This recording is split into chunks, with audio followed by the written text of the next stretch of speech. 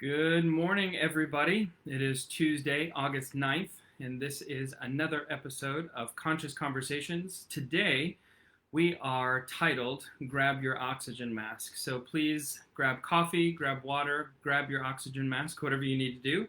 We're going to get started in just a few moments. Go ahead and get your fingers going. Go ahead and type good morning so I can see who is here. I'm going to make sure that we're posted to the appropriate channels, and then we will get going with today's topic.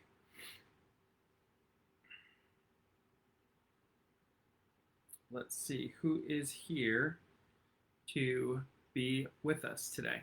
Good morning, good morning. So this topic is one that shows up quite often in terms of many of you, and myself included, if you've been on a plane within the last, I don't know, 50 years or so, there's been language in terms of grabbing your own mask. And so we're going to talk about what that looks like in specifically when we are talking about it here. So, when I begin working with someone or someone is thinking about working together, we go through a series of questions to really just kind of get a litmus test of where they are. We have a discussion around their morning routines. We talk about what a typical day looks like. What do they do in their free time, right? Do they time block, meaning do they actually have a calendar, whether it's a printed calendar or Google Calendar, where they are documenting and actually blocking out time for commitments? And what I find that's fascinating about this is that in probably about 80% of the cases, is that when we talk about the things that they block out things that involve others. So what I mean by this is that if they have a lunch appointment, that's on their calendar. Orange Theory, both because there's other people, maybe they have accountability partners, they don't want to pay for the class if they didn't cancel within a certain period of time, just wasting money. They do it for doctor's appointments, sales meetings, client acquisition meetings, all of these things that are, if there's another person involved, and I'm going to look bad if I'm late, or I'm going to look bad if I don't show up, or I'm going to look bad if, right? There's a lot of the appearance element of the conversation, which is our involvement with others, making sure that the appearance, we get so caught up in the appearance, the response to others, that we actually forget to put our own oxygen mask on first. And this is what I'm referring to are those things that you have personal commitments to, or the things that you want to have as personal commitments to yourself. So often we put others first, some of you to a fault. We're going to talk about some of the things that are involved in this topic, but really making sure that when you have made a commitment or you have intentions for yourself, whether it's around your health, or it's around your children, or your relationship with your spouse, partner, significant other, or you're wanting to take a new direction in terms of your career or your future, a lot of the time we get so caught up in all of those other things, making sure that the appearance is there, making sure that our commitments to others are there, that more often than not we put ourselves last. And this is one of those topics that we've discussed before in terms of pouring into your own cup. Many of you that are on here, more likely than not, if you are in my world and you're paying a part of this, then you are conscious of other people in your world. You understand to a certain extent around emotional intelligence. You want to be accommodating and you want to be there for others, right? A life of service and a life of contribution is one of the most fulfilling things that you can do. And sometimes when we are consciously pouring into others, we forget to refill into our own cup. And so that is, I think, one of the biggest parts of this conversation around putting on your own oxygen mask is realizing how often you are putting out your output comparatively to your input, right? If we move away from the derogatory term of selfish for a moment, but think about the idea of doing things for yourself, right? Listening to your inner self, listening to your own voice, listening to your priorities, being in attune with your body. I love, we have wonderful friends, many of you know, Jill and Chris Smith. And it's fascinating to be around them because they have been so health conscious for so long that, they know when they've had too much dairy. They can feel it in their body. They can feel it in their glands. They can feel it in their sinuses because of the lactose and the things that are involved. And that is an attunement to knowing what the body feels like in a normal situation, when it's completely cleansed of impurities, when it's been detoxed, when it's running on good, clean fuel. Then it's what to know what the car feels like if there's dirt or water in the fuel tank, right? To be able to know if you need to change out the gas lines. So it's the same thing that we can do this around what is a normal, optimal sleep schedule? What does a good, healthy gut feel like? What does my brain and my mood look like when it is balanced and it is even? And in order to be able to do that, we have to understand what is our baseline, as well as what are those things that we have for ourselves, right? So I would love to hear for those people that are on here, in your case, do you find that it's the same thing for you on your calendar? If I was to look at your calendar, is it completely empty and that the only thing that's on there is the random appointment you have on Wednesday or Orange Theory on Tuesday and Thursday, but then just big gaps of where you're just free, wide open? Or would you say that your calendar, you have time blocked things for yourself? When you're brainstorming, what thinking time is, when you are working on systems for your business, when date night is, those types of things. Would I see those on your calendar, or would I only see those things that involve others? Go ahead and put that in the comment section for me, please. Good morning, Angela. Good morning, Trisha. Good morning, Kelly. Good morning, Phil. Good to see you.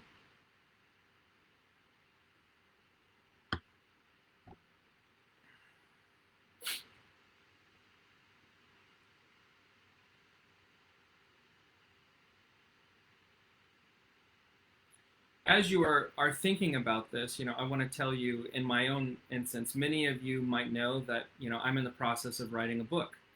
I have probably 5 or 6 ideas for books, but I am working towards one book at the moment.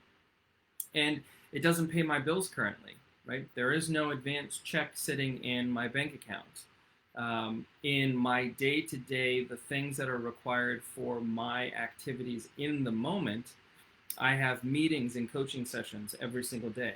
I am developing training material that is providing value back to the people that are part of our community, as well as it's also a part of our lead generation, our client acquisition portion for that business. We have to maintain blog posts and newsletters, right? And so all of those activities are just what's required to kind of function on the day-to-day activities. In addition to that, I have a spouse, right? I have a house, and I have life events that are going on. And so if I just did what I needed to get through today, the things that are in front of me, then I would be sitting in this cycle over and over and over again until I die. If ever you're wanting a change in your pattern, or you have set goals, aspirations, you have ideas about what you want the future to look like for yourself, you have to grab that manifestation of the future and drag it back towards you. And the way that we drag it back towards us is in our actions and our habits. The idea of wherever you are in this present moment is just an accumulation of the decisions that you've made in the past and the habits that you've formed over the past, is also an understanding of your own ownership in your destiny, right?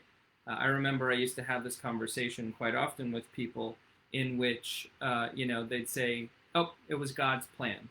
Now, I'm not here to mess with God's plan, but, I remember being younger and people would say, oh, it was God's plan that they got fired from their job. But God has a bigger plan. Or maybe for the fact that you were notoriously late every single time, that you were high half the time that you went into work, that you probably didn't give God's plan 100% of a fair shake. So there is an understanding of, I have to understand my own ownership in the way that certain things are unfolding. Of course, there are events and there are circumstances and there are things that happen in our life with the people that are around us. But still, there is a certain understanding of my own ownership in the trajectory of my life, right? High intention, low attachment is the concept that I have high intentions on how I show up, the choices that I make, the habits that I develop, the people that I surround myself with. And if I'm doing the best that I can with the resources of that moment, with the financial relationships that I have, with the business relationships, with the personal relationships, with the knowledge that I have, then I can't be upset with whatever the results are, right? So I have low attachment to the results because I have been focused on the process more than result oriented. The results are going to be the byproduct of how I'm showing up for myself and for others. So let's see some things that are on here. Debbie Watts said almost 100% of her calendar is appointments or commitments with others, right? Phil, good to see you too. And vacations, yes, Debbie is a big priority for Debbie, and I love it, is that she and Brad are intentional about vacations. They're intentional about their time together. She's intentional about the time that she has with her son, right? Like, those are also priorities. This is not just time blocking everything for your business, right? Again, just being intentional with that time. Let's see. Good morning, Kelly. Angela said that for her, right, it's only appointments with other people that make it on her calendar, which is an aha. Tricia says, I time block but need to hold myself more accountable to it, and we'll definitely get into that. Vincent said appointments. Absolutely. Kelly Fenton had said that for her, it's an alarm on her phone, has her list of things that she needs to do, but it's not on her calendar. She's learned that it's a priority to keep in touch with me, take care of me first, actually takes care of others around me. Absolutely.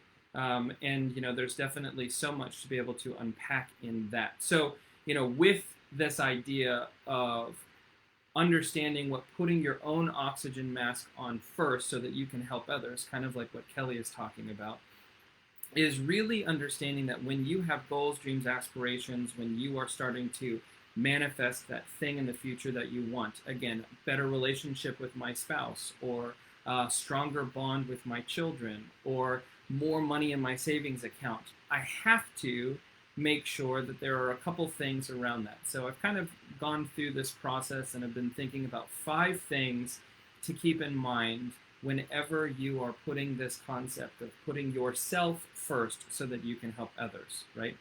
So number 1 is you have to believe that you deserve whatever it is that you're manifesting. And this is a deep one. You have to believe that you deserve what it is that you're manifesting. And I actually had struggles with this, and I don't know where it came from, but being 100% transparent, I remember having a conversation with Doug a few weeks ago. This isn't something that was 9 years ago and it's overcome. It percolates up and it moves itself down every once in a while, and you have to face it when it happens. But I had found myself that I have no problem buying luxury things or nice gifts or things of good quality for others, but I had always downplayed them for myself in terms of not necessarily needing them or finding them important. And I don't. Yet I also had to face the fact that there was something inside of me that felt like I didn't deserve to spend anything more than a very nominal cost on myself when it came to clothes or when it came to certain things that I might have an interest in. I would downplay that wanting or that desire of saying, well, you don't need it, or it's not worth it, or it's stupid when it comes to money. Now, all of those things could be accurate, could be an absolute waste of money, but you still have to sit with that feeling and dissect that feeling for a moment and go, why is it that I think that I do not deserve anything? Where does that language come from? Why would I believe that there is anything in this world that I am undeserving of, yet anybody and everybody around me is? And now, I'm not trying to project for you. I'm trying, hopefully, to be able to share with you that even with people like myself, that I literally build a profession and I read all of the books and I listen to all of the things, and I think that I have, a pretty optimistic and positive outlook on a lot of things, that there are still some things that might be deep-rooted that you have to understand are there. So when you have that thing of, do I believe that the thing that I'm manifesting, that I actually deserve it? For the person who wants to make $1 million, or the person who wants to build a huge company that is able to support them and their family and generations of wealth, do you actually believe that you deserve that? Because if there's something inside of you that doesn't, that something inside of you is going to get in the way, I promise. And if you do not ever consult it, it's just going to keep festering, and it's going to be a block for you until you push through whatever that wall is. Okay, so number one, we absolutely have to make sure that we deserve the thing that we're manifesting, or counterintuitively, we're just going to get in the way.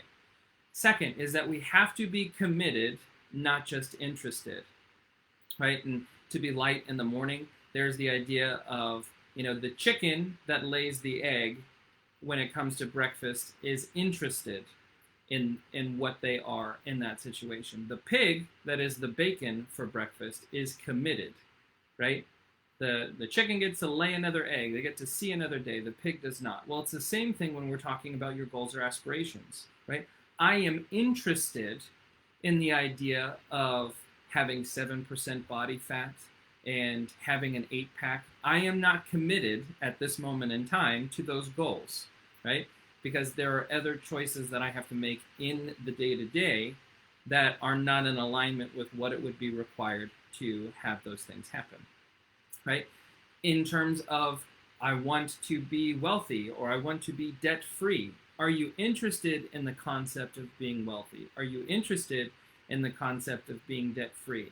This thing that might give you stress or anxiety, or it keeps you up at night, or it leads you to drink, or whatever it is that's there, are you actually committed to ensuring that you have that safety cushion, that you are doing the activities, that you're building the habits that support being wealthy, that support being debt-free, right? Really, truly understanding your activities, like we were talking about earlier, your decisions and your habits are directly correlated with where you are today. So the choices that you made a year ago are showing up now. The choices you made 3 years ago are showing up now. The choices you made a month ago are showing up now. Those habits that you've neglected or that you've implemented are showing up now versus before, right? So this is also the idea of, it's not just when you feel like it. It's not just when it's convenient. Going back to me talking about writing my book is, I love Grammarly. If you don't use Grammarly, I absolutely suggest that you do. It's a little plugin that you can add to your emails and to your Microsoft Word or whatever that allows you to kind of checks your grammar, gives you some suggestions. I like it because it's a tracker, right? I've lost about 50 pounds in terms of my own weight loss and health journey. And part of that for me was tracking, using my FitnessPal and tracking my calories, tracking what I was eating, really understanding nutrition at a high level. For my business, we track everything. We track open rates of emails. We track what our retention rate is. We track what our attrition rate is. And so realizing that, I also like to track how many words am I doing, right? So Grammarly let me know that I'm at like 1.2 million words in the last 47 weeks, which for me is exciting. And yet for the book, it is like a drudgery trying to get through 2,000 words a day, putting it on paper. If I don't feel like I'm in the mood, or if I'm tired, or if other things get in the way, or I can't catch a flow in 30 minutes, I couldn't possibly think that I can do that.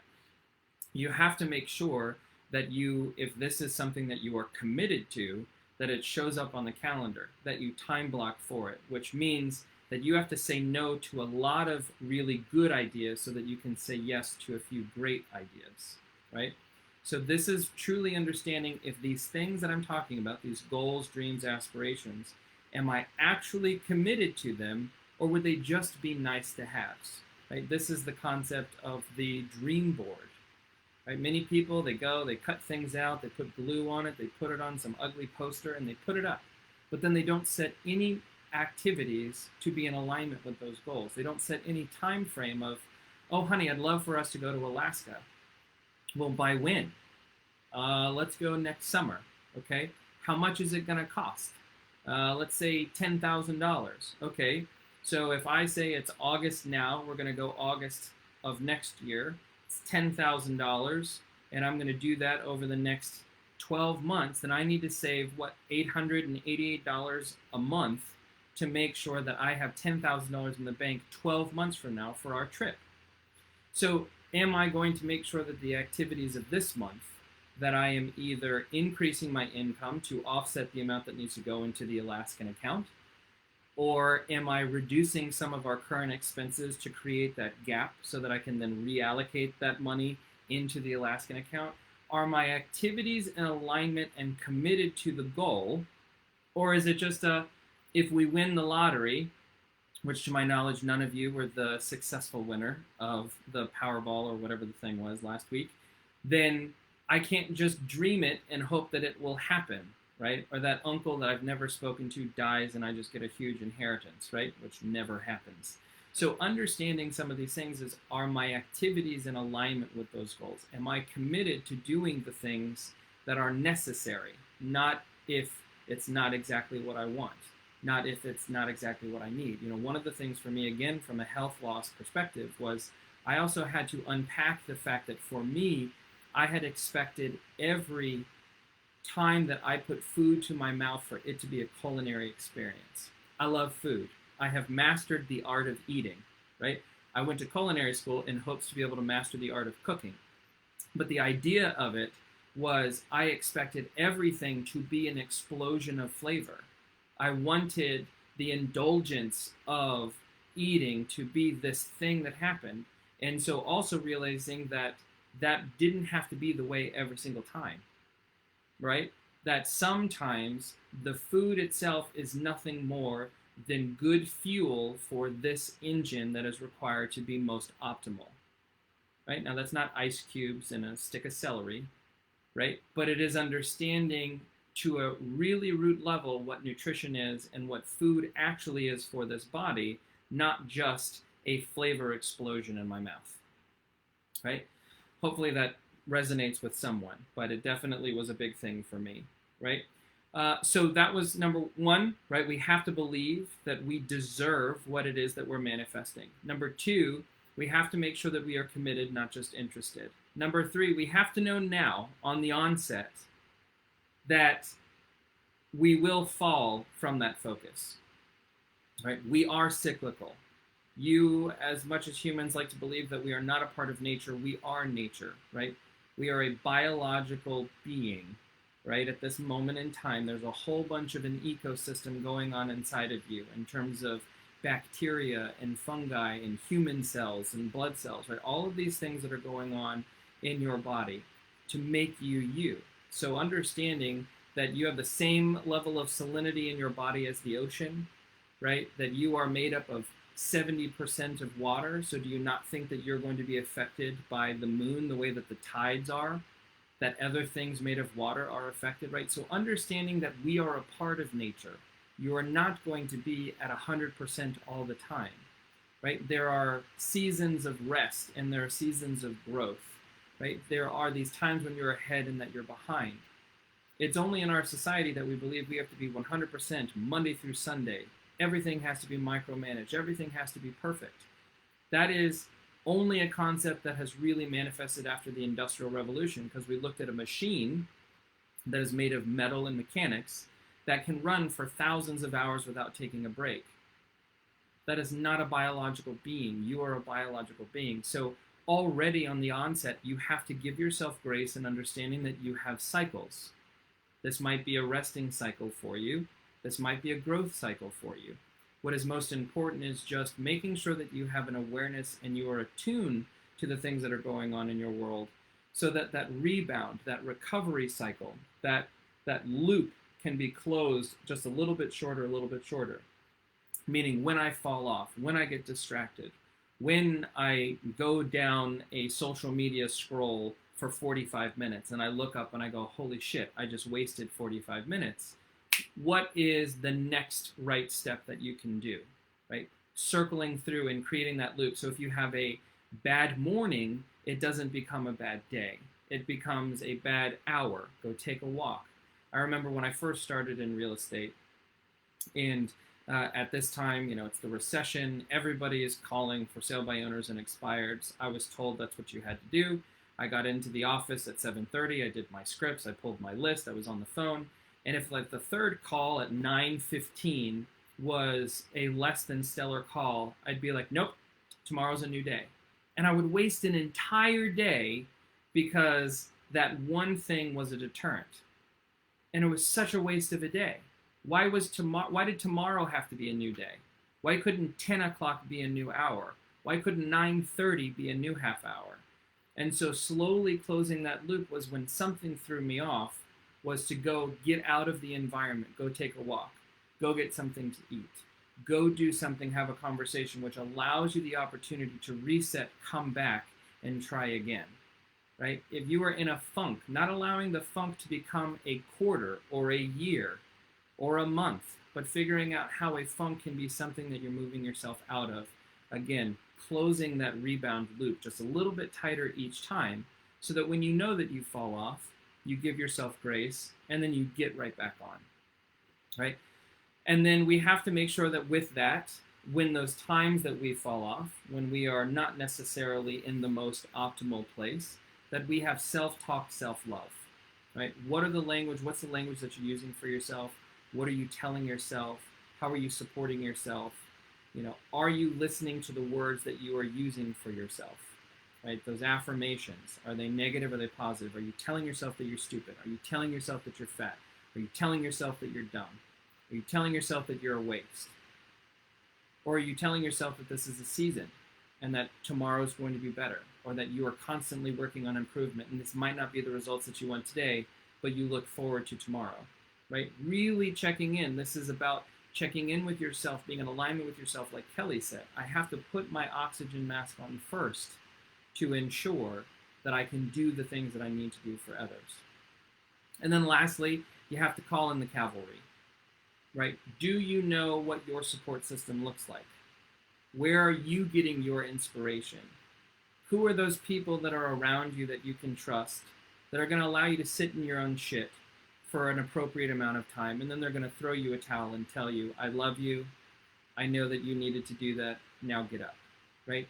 As much as we like to believe the lone wolf mentality and that you can succeed alone, no one succeeds alone. You have a group of people around you. It could be directly around you. It could be here in an online community. It could be tuning in on Tuesdays for conscious conversations. It could be having a coach. It could be having an accountability partner. Could be having a great spouse, partner, significant other who is willing to be supportive and to be there, but also put a fire under your ass, right? It is really making sure that in these 5 steps that you are creating as good of an environment as possible, an optimal environment as possible, so that you can make sure that you are good. Because when you are good, then you can be good for others. So let's get some ahas. Let's go ahead and put in the comment sections, what are you hearing? What's resonating with you? What would you like to take from this conversation into your week? Go ahead and get into the comment sections. Let's see. Eileen, good to see you. Roy, good to see you. Gina McWilliams, always good to see you.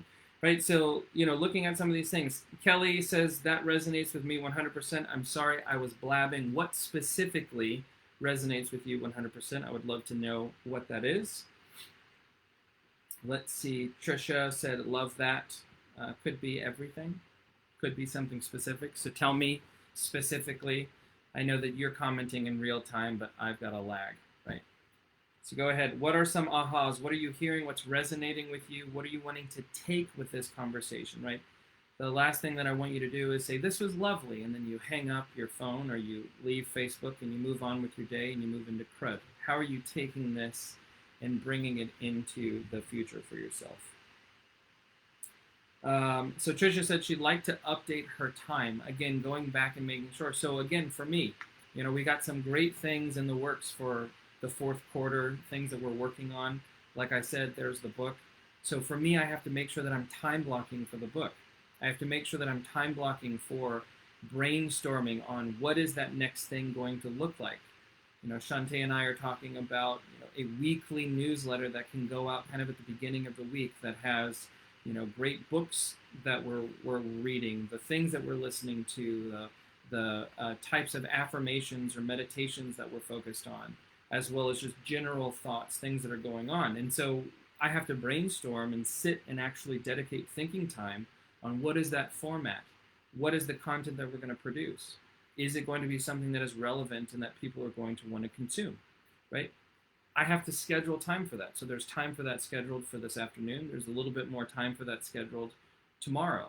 And there's 30 minutes. So when the 30 minutes is up, I get up and I move on to the next thing, right? Let's see. Angela said, adding in appointments that don't involve others. Include ones where I reflect, plan, and reset. Yes, I'm a huge fan of thinking time. If I don't plan for it, if you've ever had that thought of like, I've not had a thought for myself at one point today. Every single thought involved someone else or something else. That's exactly what we're talking about here. You have to make sure that you're planning for your own brain to just meander so that you can sit with yourself, so that you can listen to your body, so that you can listen to the things that are going on. You have to plan for that. You have to build rest around it, because if you don't carve out that time for yourself, someone else is going to see that as available time, and they're going to take it from you. They're not doing it maliciously. They're not doing it to be rude. They're not doing it to be selfish. They see that you're not doing anything or that you are available, and so they think that that means that it's something that you would like to accommodate, right? You have to make sure that that priority is for yourself. Let's see, Nicole Walker said, this message motivated me to write in my calendar and add a few appointments to my weekly calendar to sit down and complete things like social media systems and processes, marketing, lead gen, things that involve only me. Absolutely. Now here's the hard thing. If you're committed to it and based on your current schedule, you don't have any time for what we're talking about. You got to get up earlier or you got to stay later. That's it. If you're committed to it, you're either going to get up earlier so that you can carve that time out, especially for those of you that feel like the world takes over after 10 or 11 o'clock in the morning. You might have to get up a little bit earlier so that you have an hour to just think in the silence where the dogs are still sleeping or when the house is quiet, right? Let's see, Phil is saying, love the interested chicken and committed pig, right? The chicken is interested, the pig is committed to breakfast, and he's interested in change or being committed to change. Absolutely. Kelly Colasardo said, and I love the body, water, moon, tide comment. I always tell people that exact thing when they think the full moon doesn't really affect people. Right. Now, do I think that it makes you crazy? Not necessarily, right? I remember my grandmother always saying, oh, it's a full moon, the crazies are out. However, there is something to be said about the effects that the body and the planet have in terms of being symbiotic with one another. And Kelly Fenton said, giving yourself permission to take care of yourself. It's not an ego thing. It's an emotionally healthy person moving forward. I love that. Well, wonderful, everyone. It is 9:03. I want to be mindful of your time. I hope that this was valuable to you. If it was, please share it. We'd love to grow our community. We'd love people to know about what this is. We're having conversations about this turning into a podcast. I want to know what you want. What are the topics that you are enjoying we're going down? What are the topics you'd like for us to talk about? If you'd like special guests, if you'd like this in a podcast format, would love to hear some different things for those of you that are on here. Thank you so much for joining me this morning. I really do appreciate it, and I hope you have a wonderful day. Bye, everybody.